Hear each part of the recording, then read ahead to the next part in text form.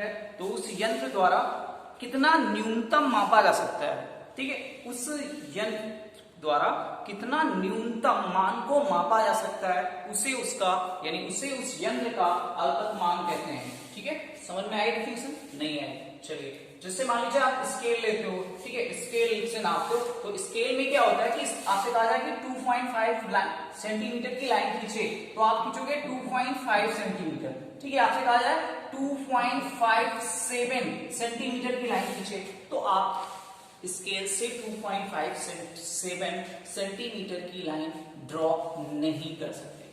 समझ पाए? नहीं समझ पाए? नहीं समझ में आया? चलिए आप स्केल अच्छे से उसको देखिए, तो उसमें आपको 2.5 सेंटीमीटर की लाइन आप खींच सकते हो, क्योंकि उसका जो अल्पतमांक स्केल का होता है वो 0.1 होता है। इसका मतलब क्या हुआ? इसका मतलब ये हुआ कि वो दशमलव के एक अंक तक, दशमलव के बाद के एक अंक तक ही नाप सकता है, उसके आगे नहीं नाप सकता है। क्लियर हुई बात? जैसे आपसे कहा है कि 0.52 सेंटीमीटर की लाइन खींचे, तो आप 0.5 सेंटीमीटर की लाइन खींच सकते हो, 52 की नहीं खींच सकते हो। समझ पाए? इसका मतलब है स्केल का जो अल्पतमांक होता है पॉइंट के एक अंक तक होता है, पॉइंट के बाद के एक अंक तक होता है, इसलिए उसके जो स्केल का अल्पतमांक होता है वो 0.1 होता है। समझ पाए? यानी वह न्यूनतम मान जहां तक वह यंत्र उसको माप सकता है उसे उसका अल्पतमांक कहते हैं। अल्पतमांक का मतलब यह हुआ कि वह छोटी से छोटी वैल्यू जहां तक वह उसे नाप सकता है उसे उसका अल्पतमांक कहते हैं। समझ में बात आई? यानी जो स्केल का अल्पतमांक होता है वो 0.1 होता है। समझ पाए? उसके बाद वर्नियर कैलिपर्स, वर्नियर कैलिपर्स नाम नहीं सुना? 9th में सुना होगा वर्नियर कैलिपर्स का। तो वर्नियर कैलिपर्स का जो अल्पतमांक होता है 0.01 होता है। क्या होता है? 0.01। अगर आपसे कहा जाए कि 2.54 अगर आपको नापना है तो आप किससे नापोगे? तो वर्नियर कैलिपर्स से नापोगे। किससे नापोगे? वर्नियर कैलिपर्स से, ना कि स्केल से। समझ पाए? कि वहां पे दशमलव के एक स्थान तक ही स्केल माप दे पाएगी, जबकि जो आपका वर्नियर कैलिपर्स है या स्क्रू गेज है वो 0.01 देता है, यानी उसकी माप स्केल की माप की अपेक्षा ज्यादा यथार्थ होती है। समझ पाए कुछ? है ना? तो वर्नियर कैलिपर्स का जो अल्पतमांक होगा या स्क्रू गेज का जो अल्पतमांक होता है 0.01, जबकि 0.01 स्केल का होता है। समझ पाए क्या होता है अल्पतमांक? यानी वह न्यूनतम मान जिससे वह यंत्र उस माप को माप सकता है उसे उसका अल्पतमांक कहते हैं। क्लियर हुई बात? चलिए क्लियरिंग बताते हैं। तो अल्पतमांक हो गया, जैसे मीटर पैमाने का अल्पतमांक 1 मिलीमीटर होता है ना? 1 मिलीमीटर ही होता है। ठीक है, उसके बाद त्रुटियों का अभिव्यक्त, यहां पे हेडिंग है त्रुटियों की अभिव्यक्त। ये क्या है? चलिए पढ़ते हैं। देखिए, त्रुटियों का अभिव्यक्त का मतलब इसको 3 वर्गों में बांटा गया। त्रुटियों का अभिव्यक्त यानी त्रुटियां जो हो रही हैं उनको कैसे डिनोट किया जाए या कैसे उनको व्यक्त किया जाए, ठीक है, उसके बारे में ये बात कर रहे हैं। तो त्रुटियों का अभिव्यक्त करने की हमारे पास 3 विधियां हैं। पहली विधि है, फर्स्ट विधि जो है वो है निरपेक्ष त्रुटि। क्या है? निरपेक्ष त्रुटि। ये क्या होती है? देखिए, ये किसी भौतिक राशि के वास्तविक मान, कोई आपके पास भौतिक राशि है, उसके वास्तविक मान तथा प्रेक्षित मान के अंतर, प्रेक्षित मान के अंतर के परिमाण को मापन की निरपेक्ष त्रुटि कहते हैं। नहीं समझ पाया? जैसे अभी आपने पढ़ा है कि जी की जो वैल्यूएशन होती है वो 9.8 मीटर पर सेकेंड स्क्वायर होती है। ये जी क्या है?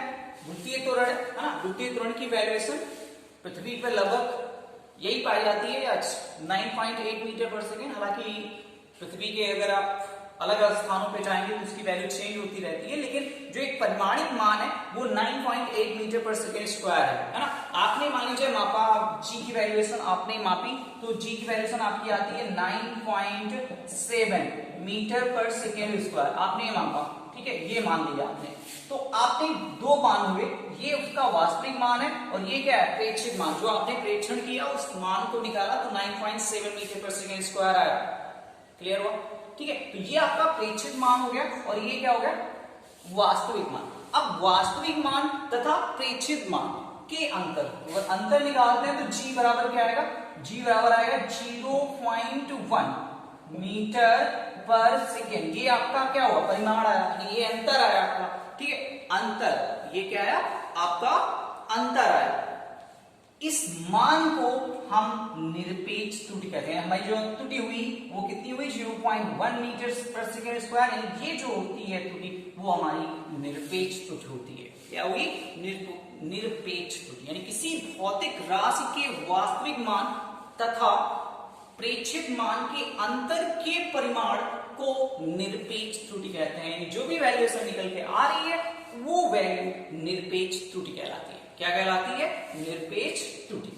अब मानते हैं कि हमारे पास मान लीजिए बहुत सारी भौतिक राशियां हैं, ठीक है, मानते हैं बहुत सारी हमारे पास भौतिक राशियां हैं जिनके प्रेक्षित मान क्रमशः a1 है, कामा a2 है, ठीक है, a2 हो गया, कामा a3 हो गया, dash dash dash n type की हैं, ठीक है। तो इसका जो माध्य होगा, यानी a माध्य बराबर अगर इसको लिखना चाहें या तो क्या लिखेंगे, a माध्य या am लिखते हैं, बराबर लिखते हैं a1 plus a2 plus a3 plus dash dash dash n अपान n, ये होता है उसका माध्य, ठीक है।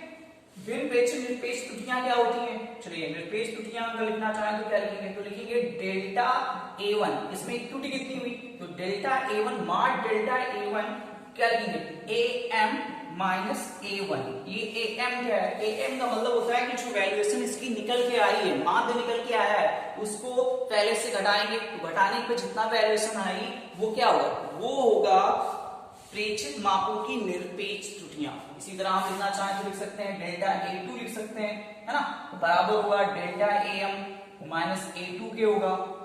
इसी तरह डेल्टा a3 लिख सकते हैं, बराबर होगा am माइनस a3 होगा, फिर डैश डैश डैश डैश से चलता रहेगा। तो ये जो है मान, इसे हम निरपेक्ष त्रुटि कहते हैं। क्या कहते हैं, निरपेक्ष त्रुटि। चलिए इसको उठाते हैं, सेकेंड कहानी पे पहुंचते हैं।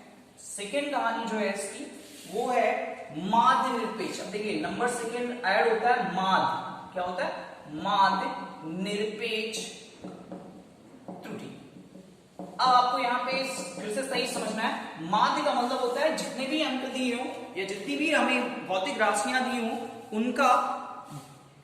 उनको लिखे और उनको जितनी भी हो उनसे भाग देते तो वो माध्य होता है। जैसे हमारे पास मान लीजिए 1 प्लस 2 प्लस 3 लिखा हुआ है और इसका माध्य में निकालना है, तो क्या 1 2 3 नंबर से 3 से भाग देंगे, जो भी वैल्यूएशन आएगी उसका माध्य होगा।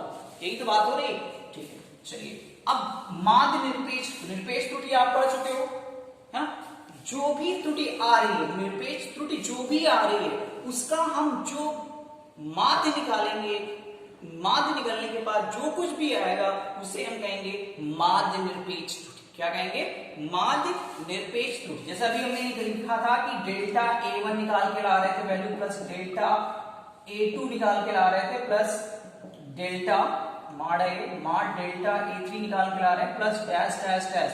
तो अब हमारे पास कितने नंबर हैं, हम यहाँ लिखेंगे माध्य, क्या लिखेंगे, डेल्टा am बार, ये लिखेंगे, ये हो गया माध्य निरपेक्ष त्रुटि। Delta a1 delta a2 delta a3 ये क्या है, ये जो है वो क्या है, निरपेक्ष त्रुटि है। निरपेक्ष त्रुटि कहां तक है, n नंबर्स तक अगर है, ठीक है। मान लेते हैं यहां लिखा हुआ है डेल्टा an, आखिरी जो लिमिट है वो डेल्टा n तक की है, तो हम क्या किससे भाग करें, हम भाग करेंगे किससे, हम भाग करेंगे n से, यानी n नंबर से तो n करेंगे, इंफिनिटी है तो इंफिनिटी करेंगे। या इसको अगर हम मैथमेटिकली तरीके से लिखना चाहें तो लिख सकते हैं डेल्टा am बार बराबर आएगा 1 बाई n, देखिए ये 1 अपान n हो गया। उसके बाद है सिग्मा, जो जहां पे जुड़ा हुआ होता है उसको सिग्मा लिखते हैं, ठीक है। मैक्सिमम जो लिमिट है वो n है, n तक है ना, तो मैक्सिमम लिमिट, और लोअर लिमिट कितनी है, यानी i इज इक्वल टू 1, बराबर लिखेंगे डेल्टा ai, क्या लिखेंगे, डेल्टा ai, ठीक है। इस तरह से लिखते हैं, ये जो होता है ये इसको कहते हैं माध्य निरपेक्ष त्रुटि। समझ पाए।